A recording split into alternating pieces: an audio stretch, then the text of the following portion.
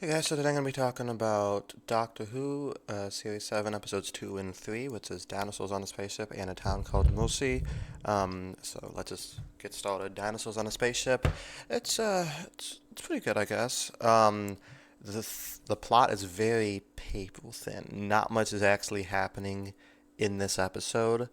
There's dinosaurs on a spaceship and are being chased by robots, and Arthur Weasley's in it, and Filch is in it, and it does nothing really happens in it. It's kind of a romp, like a fun, fun. It's the fun episode, the fun, light and fluffy episode.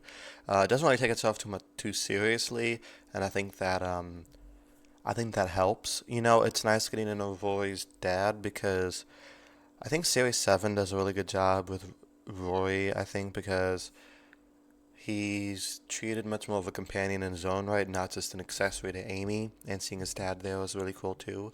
A bit bizarre that his dad wasn't at the wedding in Series 5, neither was Mel, apparently.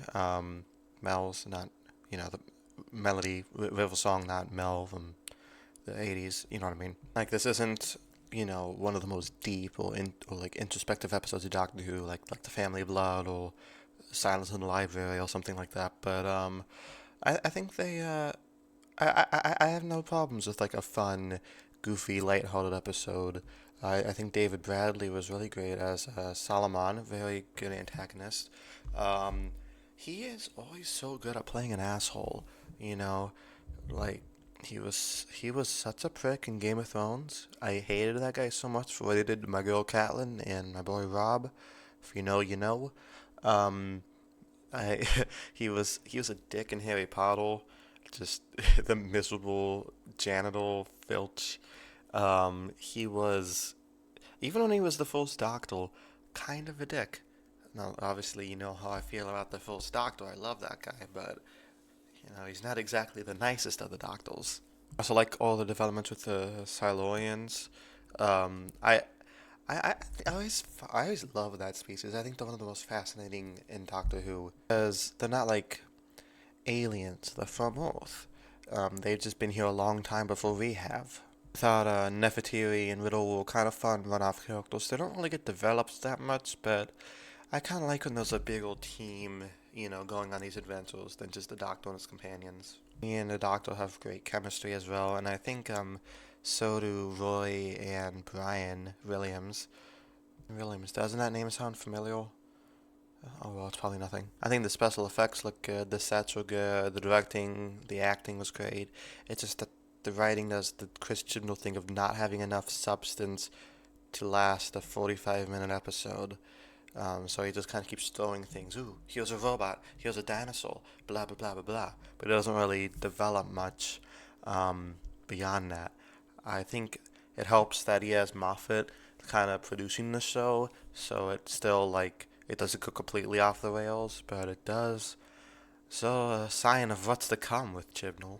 So a town called Mosi, also a pretty light episode. Kind of has that mid-season feel. It's like it doesn't really progress the arcs or anything, but I don't think we need an episode like that, every single time. I kind of miss these 13 episode seasons, to be honest, because you could just go on these wacky side adventures and they could still be enjoyed on its own right. I think Doctor Who is the type of show where I prefer having the 12 or 13 episode seasons as opposed to these 8 episode ones we have now. But I feel like that's a discussion for another time. You don't get those fun, like, filler episodes that you do with this. I think A Town Called Mercy is pretty underrated. So, first of all, I really appreciated that they're going for a Western vibe and they film it on the same sets that Sergio Leone filmed for a few dollars more, which if you don't know is one of my favorite Western movies.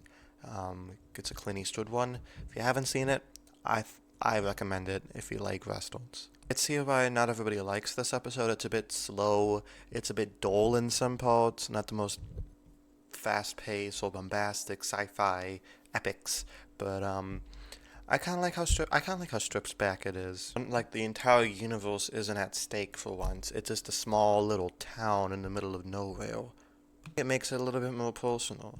When Sutek is gonna destroy the entire reality and kill everybody, the stakes are higher, but at the same time, the stakes are low because obviously he's not going to kill everybody because then the show would be over.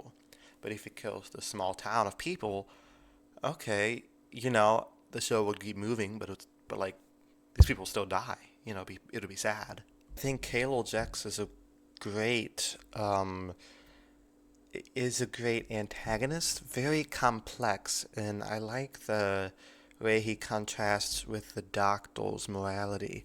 Um, I just find this character really interesting. I wish they did more with him, um, but I still enjoyed it, as a runoff.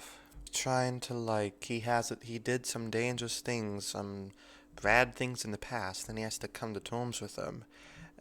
All these murders he's done. And I just think that's a great arc. I think the actor who plays him did a great job too. But while A Town Called Mercy is admittedly a little boring, I do think the more ambiguities between the Doctor and Kalo are very interesting, and I think there's a lot to take away from it. Maybe somebody with an English degree can make a whole analysis of it, but I'm not that bright, so I'm not going to. Um, but yeah, let me know what you guys thought of these two episodes in the comments below. I feel like these are pretty overlooked when compared to a lot of the other Series 7 episodes, because a lot of shit happens in this series, but that's why I like doing these videos, because I get to kind of break down every single one, even the ones that aren't the most memorable. Thank you guys so much for watching, and until next time, peace.